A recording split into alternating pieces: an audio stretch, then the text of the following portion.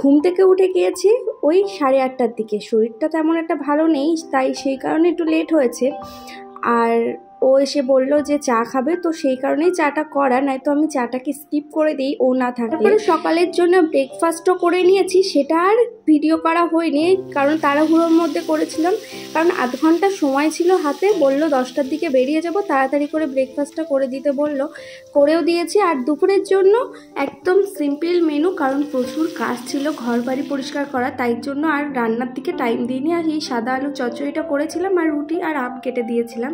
আর এই যে দুপুরের রান্নাটাও আমি এদিকে সেরে নিয়েছি। সবাইকে কেমন আছেন? আশা করছি খুব ভালো আছেন। আমার নতুন একটা ভিডিওতে আবারও অনেক অনেক স্বাগত জানিয়ে আজকের এই ভিডিওটা আমি শুরু করছি। এখন দুপুর 12টা মতো বাজতে চাই।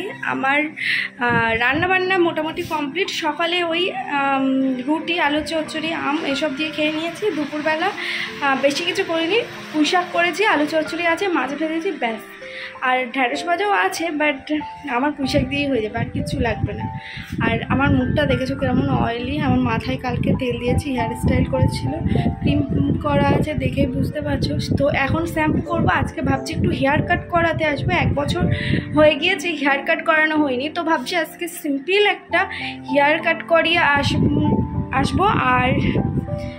আর একটা শাড়ি চলে এসছে, এটা মায়ের শাড়ি, তো এটা অর্ডার দিয়েছিলাম, এটাও চলে এসছে, ও দিয়ে গেল, ওই আর কি রিসিভ করেছে শাড়িটা। আর আমি ভিডিও করলেই মানে আশেপাশে যারা ছাগল মুরগি পোষবে সেসব ডাক আমার ভিডিওতে শোনা যাবে এখানে থাকলে। মানে আমার ভিডিওতে আমি ভয়েস ওভার দিতেও আমার এত প্রবলেম হয়, কিছু বলার নেই। রাত্রের বেলা এটা ওটা ডাকতে থাকে, দুপুরবেলা এসব ডাকতে থাকে, মানে আমি ভিডিওটাই শান্তি মতো কথাই বলতে পারি না। এখানে কিছু নেই, যা আছে আশেপাশের লোকের বাড়িতে সেই সব, মানে আমাদের বাড়িতে কিছু নেই, ওই সব ডাকতে থাকে, মানে বিরক্তি লেগে যায়। এক টানা ডাকে, এক টানা, অসহ্য লাগে এক প্রকার। মানে মাঝে মাঝে মনে হয় আর বললাম অবলাজি।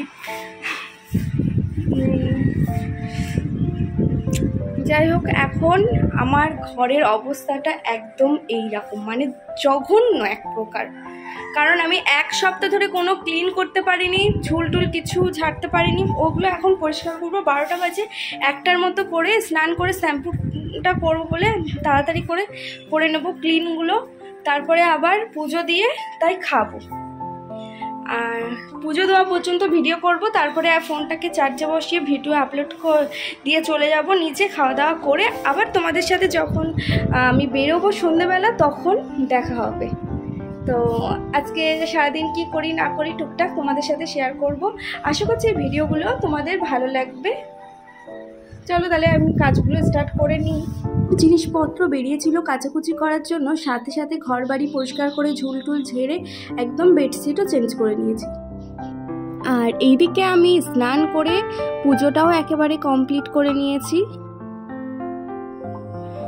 বললাম সন্ধ্যাবেলা কি বেরোবো হেয়ার কাট করানোর জন্য, তাই আর কি রেডি হয়ে নিয়েছি, এখন যাচ্ছি।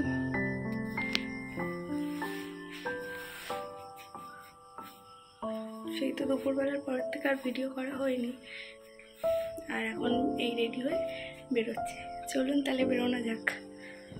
এইখানটায় দেখো, আমি ভাবছি ব্যাক ক্যামেরাতে, আমি যে কী ব্যাপার একই লাইট দেখাচ্ছে কেন, কিছুই পাল্টাচ্ছে না। তারপরে দেখি না ফ্রন্ট ক্যামেরাতে আমি শ্যুট করছি। যাই হোক, তারপরে ব্যাক ক্যামেরা করে ভিডিওটা স্টার্ট করে দিয়েছি। তোমাদের মধ্যে বাড়িতে কেউ এমন আছে যে শর্ট হেয়ার পছন্দ করে? আমার হাজব্যান্ড তো বলছে তুমি শর্ট হেয়ার করে নাও, কারণ 9 বছর ধরে রিলেশন থাকাকালীন ও আমার লং হেয়ারই দেখেছে, শর্ট হেয়ারে কখনো দেখিনি। তো সেই কারণে বলছে তুমি লং হেয়ার কাট করে এবার শর্ট হেয়ার করে নাও, ওটা ভাল লাগবে। তো আমি যে পার্লারে গিয়েছিলাম সে তো কেটেই দিচ্ছিল না, বলছে এত সুন্দর লম্বা চুলটা কেটো না, ওর থেকে যেটুকুনি নষ্ট হয়ে গিয়েছে ওইটুকুনি কেটে দাও। তো সেই মতো আর কি এখানে কাটা চলছে। তারপর আমার সাথে তো রাস্তায় ঝগড়া বেঁধে গিয়েছিল, আমি নাকি বলিনি হেয়ার কাট করার জন্য, আমি করলে হয়তো কেটে দিত, এরকমটা বলছে। তো তোমরা সেই ভিডিওটাও দেখতে পাবে।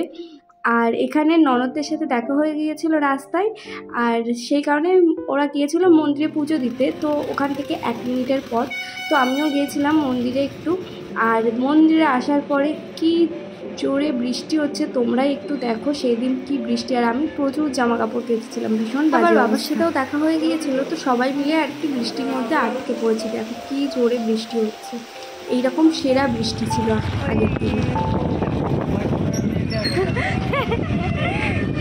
বলছে যতটা নষ্ট হয়ে গিয়েছে ততটা কেটে দিয়েছি।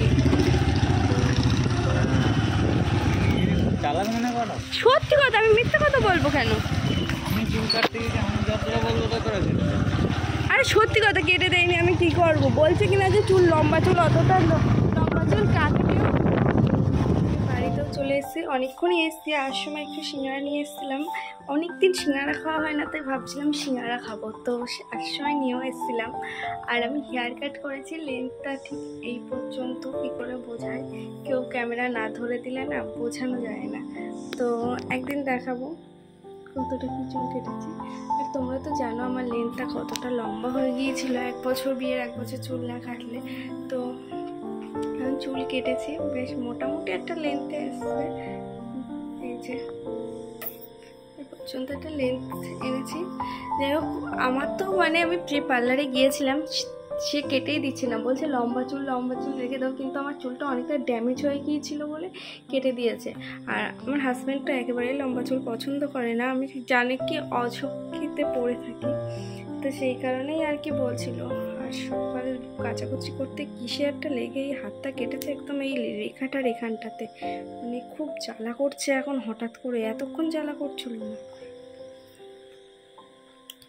তো আর কারেন্টটাও এক্ষুনি এলো, তাই ভাবছি ঝটপট ভিডিওটাকে এন্ড করে দেবো, না তো কারেন্ট চলে গেলে আবার আমি এন্ডই করতে পারবো না। তাই ভিডিওটা আজকের মতো এই পর্যন্তই রাখছি। আশা করছি ভিডিওটা কিছু ভালো লাগলে অবশ্যই লাইক কমেন্ট করবেন, আর চ্যানেলকে প্লিজ সাবস্ক্রাইব করবেন। আপনারা কিন্তু ভিডিও দেখছেন না, আমি শেয়ার করার দিনের দিনই ভিডিও শেয়ার করছি। একটু লেট হয়ে গিয়েছিল পোস্ট করতে, আজকে 1 ঘন্টা মতো, 6টার সময় পোস্ট করেছিলাম, বাট স্টিল আমি আপলোড দিয়ে রেখেছিলাম, বাট ঘুমিয়ে পড়েছিলাম তো মনে ছিল না, ঘুম থেকে উঠে ঝটপট করে ভিডিওটা আপলোড করে দিয়েছি টাইমে, তো 1 ঘন্টা লেট হয়ে গিয়েছিল ওই কারণে।